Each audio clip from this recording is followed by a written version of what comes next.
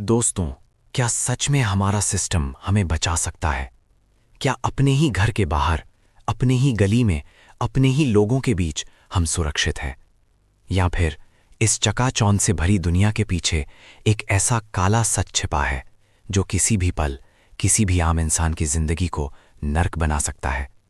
जरा सोचिए, आप अपने घर में बैठे हैं, बाहर त्योहार का दिन है, चारों तरफ हंसी मजाक, रंग और खुशियों का माहौल है।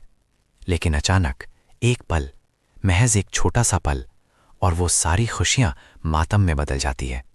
ये कहानी है देश की राजधानी दिल्ली की। वही दिल्ली जो कभी सोती नहीं, जहां हर रोज हजारों सपने जन्म लेते हैं। लेकिन उत्तम नगर के जेजे कॉलोनी की उस मनहूस रात ने जो देखा, वो किसी के भी रोंगटे खड़े कर देने के लिए काफी है। क्या कोई सोच सकता है कि पानी का एक छोटा सा गुब्बारा, जी हां, बच्चों के खेलने वाला एक मासूम सा गुब्बारा, किसी की जान का दुश्मन बन सकता है? क्या एक मामूली सी चूक किसी इंसान के सीने पर पत्थर से वार करने की वजह बन सकती है? आज की कहानी सिर्फ एक कत्ल की कहानी नहीं है। ये कहानी है एक ऐसे खौफनाक सच की जिसने पूरे इलाके को छावनी में तब्दील कर दिया, जिसने एक हंसते खेलते परिवार की रीढ़ की हड्डी तोड़ दी। आज हम उस साजिश के पन्नों को पलटेंगे जो उस रात उत्तम नगर की तंग गलियों में रची गई थी। आज हम जानेंगे कि कैसे दरिंदगी ने इंसानियत का गला घोट दिया, और कैसे एक 26 साल का नौजवान जो अपनी ही धुन में मग्न था, एक ऐसी नफरत का शिकार हो गया जिससे उसका कोई लेना देना ही नहीं था। दिल थाम कर बैठिएगा, क्योंकि आज जो आप सुनने वाले हैं वो आपकी ज़मीर को झकझोर कर रख देगा। ये है 4 मार्च 2026 की वो काली रात जिसने दिल्ली के उत्तम नगर को एक सुलगते हुए ज्वालामुखी में बदल दिया। हर आम हिंदुस्तानी परिवार की तरह उत्तम नगर की इस जेजे कॉलोनी में भी एक परिवार बसता था। पक्की ईंटों और छोटी सी छत वाले उस घर में दीवारों पर शायद रंग रोगन कम था, लेकिन उम्मीदों की कोई कमी नहीं थी। इसी घर का चिराग था 26 साल का तरुण कुमार।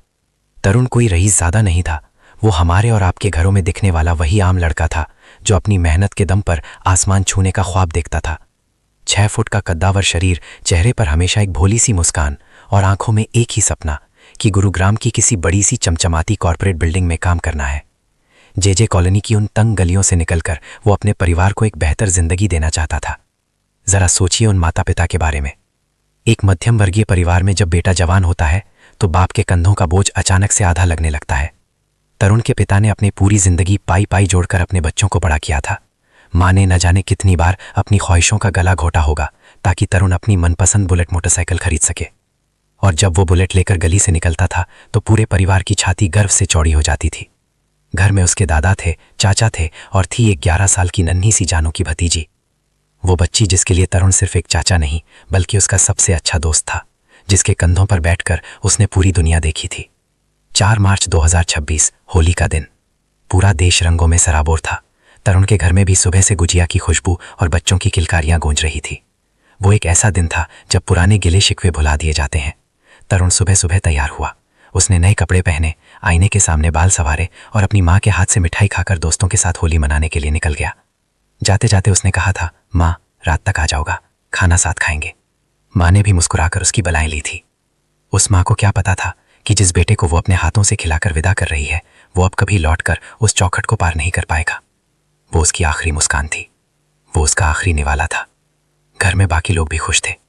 दादाजी अपनी खटिया पर बैठे धूप सेक रहे थे और वो 11 साल की बच्ची अपने छोटे छोटे हाथों में रंगों से भरे गुब्बारे लिए छत पर भाग दौड़ कर रही थी।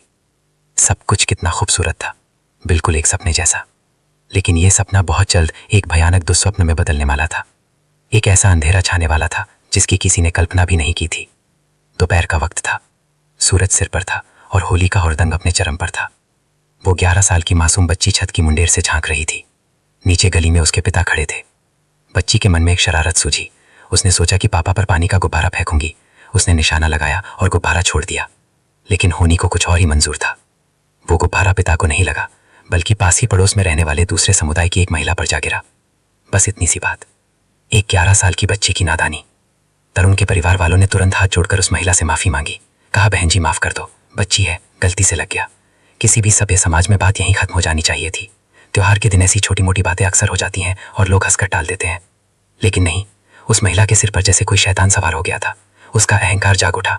उसे लगा कि एक छोटे सी गुब्बारे ने उसकी इज्जत पर हमला कर दिया है। उसने गालियां देना शुरू किया और कुछ ही मिनटों में अपने समुदाय के लोगों को बुला लिया। वो लोग जो शायद पहले से ही किसी बहाने की तलाश में थे। देखते ही देखते वो तंगलिया अखाड़े में बदल गई। 30 से 40 लोगों की एक हिंसक भीड़ वहां इकट्ठा हो गई। जो हाथ कुछ देर पहले रंग लगा रहे थे वो अब हाथापाई पर उतर आए थे। तरुण के दादा, जिनकी उम्र आराम करने की थी, उन्हें धक्का दिया गया। वो जमीन पर गिर पड़े। उसके चाचा को पीटा गया। पूरे घर में चीख पुकार मच गई। मोहल्ले के कुछ समझदार लोगों ने बीच बचाव किया, हाथ पैर जोड़े, तब जाकर वो भीड़ वहां से हटी। सब अपने अपने घरों में चले गए। बाहर सन्नाटा छा गया, लेकिन ये सन्नाटा शांति का नहीं था। ये उस तूफान के आने से पहले का सन्नाटा था जो तरुण की जान लेने वाला था। ये वो खामोशी थी जो किसी बहुत बड़ी साजिश के पकने का इशारा कर रही थी। घर के अंदर सब सहमे हुए थे। बुजुर्गों के शरीर पर चोट के निशान थे, लेकिन दिल में इस बात की तसल्ली थी कि चलो बात आगे नहीं बढ़ी। किसी को अंदाजा नहीं था कि बाहर सड़कों पर मौत उनका इंतजार कर रही है। रात के करीब 10:30 बज चुके थे। उत्तम नगर की उन गलियों में अंधेरा गहरा चुका था। तरुण, जो इस पूरी घटना से बिल्कुल अनजान था, अपने दोस्तों के साथ होरी मनाकर वापस लौट रहा था। उसकी बुलेट मोटरसाइकिल की जानी पहचानी आवाज गली के नुक्कड़ पर गूंजी। तरुण के मन में शायद वही ख्याल होगा कि घर जाकर माँ के हाथ का खाना खाओगा। दिन भर की थकान के बाद वो बस अपने बिस्तर पर लेटना चाहता होगा, लेकिन उसे नहीं पता था कि उसकी गली में, उसी के घर के रास्ते में मौत उसका इंतजार कर रही थी। जैसे ही उसने अपनी गली में प्रवेश किया, माहौल में कुछ अजीब सी बात थी। रोज की तरह वहां चहल पहल नहीं थी, एक अजीब सी खामोशी थी। अंधेरे में घात लगाए 15 से 20 लोग पहले से वहां खड़े थे। वो इंसान नहीं बल्कि खून के प्यासे भेड़िए बन चुके थे। उनके हाथों में लोहे की राड, डंडे, ईंटें और पत्थर थे। जैसे ही तरुण की बुलेट उनके करीब आई, उन्होंने उसे चारों तरफ से घेर लिया। तरुण ने अचानक ब्रेक मारा। उसकी आंखों में हैरानी थी। उसने शायद पूछना चाहा होगा कि क्या बात है, तुम लोग ऐसे क्यों खड़े हो, लेकिन किसी ने उसे बोलने का मौका ही नहीं दिया। अचानक एक लोहे की राड तरुण के सिर पर आकर लगी। एक जोरदार आवाज हुई और तरुण का सिर चकरा गया। इससे पहले कि वो संभल पाता, चारों तरफ से डंडों, ईंटों और पत्थरों की बारिश होने लगी। वो अकेला लड़का और सामने 20 दरिंदे। वो अपनी मोटरसाइकिल से नीचे गिर पड़ा। वो चीखता रहा, मुझे क्यों मार रहे हो, मैंने क्या किया है, मेरी गलती क्या है। लेकिन उस नफरत भरी भीड़ को उसके सवालों से कोई मतलब नहीं था। उन दरिंदों की आंखों में खून सवार था। हर एक बार उसके शरीर को नहीं बल्कि उसके घर के उन तमाम सपनों को तोड़ रहा था जो उसने गुरुग्राम के लिए देखे थे। खून से लथपथ होकर तरुण जमीन पर गिर पड़ा। वो दर्द से तड़प रहा था। उसका शरीर निढाल हो चुका था, लेकिन उन हैवानों का दिल इतने पर भी नहीं बसीजा। एक दरिंदे ने पास पड़ा एक भारी भरकम पत्थर उठाया और पूरी ताकत से तरुण के सीने पर दे मारा। उसकी पसलियां टूट गईं, सांसें उखड़ने लगी और वो अधमरा होकर अपनी ही गली की उस मिट्टी में मिल गया जहां वो बचपन से खेला करता था। हमलावर उसे उसी हालत में छोड़कर अंधेरे में गायब हो गए, जैसे वहां कुछ हुआ ही ना हो। खून में लथपथ तरुण को जब उसके घर वाले अस्पताल लेकर भागे तो वो मंजर ऐसा था जिसे देखकर पत्थरों की भी आंखें नम हो जाए। एक बाप अपने जवान बेटे को खून से सना हुआ अपनी बाहों में उठाए हुए था। माँ की चीखें आसमान चीर रही थी। अस्पताल के गलियारे में भागदौड़ मच गई। पूरी रात डॉक्टरों ने कोशिश की। ऑपरेशन थिएटर के बाहर बैठा वो परिवार हर पल भगवान से मन्नतें मांग रहा था। मॉनिटर पर चलती वो टेढ़ी मेढ़ी लकीरें तरुण के परिवार की आखिरी उम्मीद थी। लेकिन 5 मार्च की सुबह वो लकीरें सीधी हो गई। तरुण हार गया। वो हमेशा के लिए सो गया। उसके वो सारे सपने, वो गुरुग्राम की कॉर्पोरेट जॉब, वो अपनी भतीजी को कंधों पर घुमाना, सब कुछ एक झटके में खत्म हो गया। लेकिन असली लड़ाई तो अब शुरू होने वाली थी। जब एक आम आदमी की जान जाती है तो ये रसूखदार सिस्टम सबसे पहले क्या करता है, वो मामले को दबाने की कोशिश करता है। शुरुआत में इस घटना को एक मामूली आपसी विवाद का रूप देने की कोशिश की गई कि इसे मोहल्ले की एक छोटी सी झड़प बताकर रफा दफा कर दिया जाए। मुजरिमों के कुछ स्थानीय आकाओं ने अपने रसूख का इस्तेमाल करके गवाहों को डराने और पुलिस को गुमराह करने की हर मुमकिन कोशिश की। परिवार को धमकियां मिलने लगी कि चुप बैठो, वरना जो तरुण का हाल हुआ वही बाकी घर वालों का होगा। सबूत मिटाने की कोशिश की गई, खून के धब्बों को धोने का प्रयास हुआ, लेकिन वो कहते हैं ना कि जब एक माँ का कलेजा फटता है तो उसकी गूंज से आसमान भी कांप उठता है। उत्तम नगर के जे क्लस्टर के लोगों ने चुप बैठने से इनकार कर दिया। उन्हें पता था कि अगर आज वो चुप रह गए तो कल किसी और का बेटा मरेगा। शुक्रवार का वो दिन था जब लोगों का गुस्सा फूट पड़ा। पीड़ित परिवार, स्थानीय लोग और कई संगठन सड़कों पर फर आए।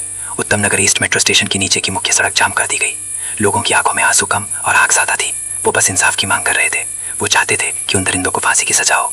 गुस्सा एक खुद काबू हो गया कि कुछ प्रदर्शनकारियों ने जे कॉलोनी में घुसकर आरोपियों के रिश्तेदारों की एक कार और मोटरसाइकिल को आग के हवाले कर दिया। सड़कों पर काला धुआं उठने लगा। दमकल की गाड़ियों के सायरन और आग की लपटों ने पूरे इलाके को एक युद्ध के मैदान में तब्दील कर दिया। जब सिस्टम ने देखा कि अब मामला उनके हाथ से निकल चुका है और शहर चलने की कगार पर है, तब जाकर नींद टूटी प्रशासन की। भारी पुलिस बल और सुरक्षा जवानों को तैनात किया गया। बूटों की थाप से उत्तम नगर की वो तंग गलियां गूंज उठी। गली के दोनों सिरों पर भारी बैरिकेडिंग कर दी गई और आसमान में ड्रोन उड़ा दिए गए। जब दबाव पड़ा तब जाकर पुलिस ने धारा 103 के तहत हत्या का मुकदमा दर्ज किया। सीसीटीवी फुटेज खंगाले गए और आखिरकार 8 बालिग आरोपियों को गिरफ्तार किया गया और एक नाबालिग को हिरासत में लिया गया। लेकिन सोचिए, अगर वो सड़क जाम नहीं होती, अगर वो गाड़ियां नहीं चलती, अगर वो भीड़ अपना हक नहीं मांगती, तो क्या कभी तरुण को इंसाफ मिल पाता? क्या वो मास्टरमाइंड जिन्होंने इस पूरी नफरत को आवा दी थी कभी बेनकाब हो पाते? इस पूरे सिस्टम ने एक बात तो साफ कर दी थी कि इस देश में एक आम आदमी की जान की कीमत तब तक नहीं है जब तक वो सड़कों पर उतरकर अपना हक न मांगे। आज तरुण हमारे बीच नहीं है। उसका वो कमरा खाली है। उसकी वो बुलेट मोटरसाइकिल आंगन में धूल खा रही है और वो 11 साल की बच्ची जो कल तक पूरे घर में चहकती थी, आज किसी कोने में सहमी हुई आ गई है। वो शायद जिंदगी भर खुद को इस बात के लिए कोसेगी कि उसने वो पानी का गुब्बारा क्यों फेंका। उसे लगेगा कि उसके चाचा की मौत की वजह वो खुद है। उस मासूम के दिल पर जो घाव लगा है उसे दुनिया का कोई मरहम नहीं भर सकता। लेकिन मैं आज आपसे एक कड़वा सवाल पूछना चाहता हूँ, क्या उस बच्ची की कोई गलती थी? क्या गलती तरुण की थी जो रात को अपने घर लौट रहा था? नहीं, गलती उस नफरत की है जो हमारे समाज की रगों में जहर की तरह बहाई है। गलती उस खोखले सिस्टम की है जो एक मासूम की जान जाने के बाद भी सबूतों पर पर्दा डालने की कोशिश करता है। आपसे मेरा सीधा सवाल है, इस पूरी घटना में आपको सबसे ज्यादा गुस्सा किस बात पर आया? उस महिला के अहंकार पर, उन 20 दरिंदों की कायरता पर जिन्होंने एक अकेले निहत्थे लड़के को मारा, या फिर उस सिस्टम पर जो तभी छाटता है जब सड़कों पर आगजनी होती है? अपना जवाब जरूर सोचिएगा। हमें आपके विचारों की जरूरत है, क्योंकि जब तक हम बात नहीं करेंगे तब तक ये सड़ा हुआ सिस्टम नहीं बदलेगा। अगर आपको तरुण की इस दर्दनाक कहानी ने झकझोरा है तो इसे हर एक इंसान तक पहुंचाएं। सच्चाई को छुपने मत दीजिए, आवाज उठाइए ताकि ये आवाज और दूर तक जाए। और ऐसे ही खौफनाक और अनसुलझे मामलों की सच्चाई जानने के लिए हमारे साथ जुड़े रहें। याद रखिए, आज तरुण था, कल कोई और हो सकता है। समाज में आंखें और कान खोल कर रहिए। अपना और अपने परिवार का बहुत ख्याल रखें।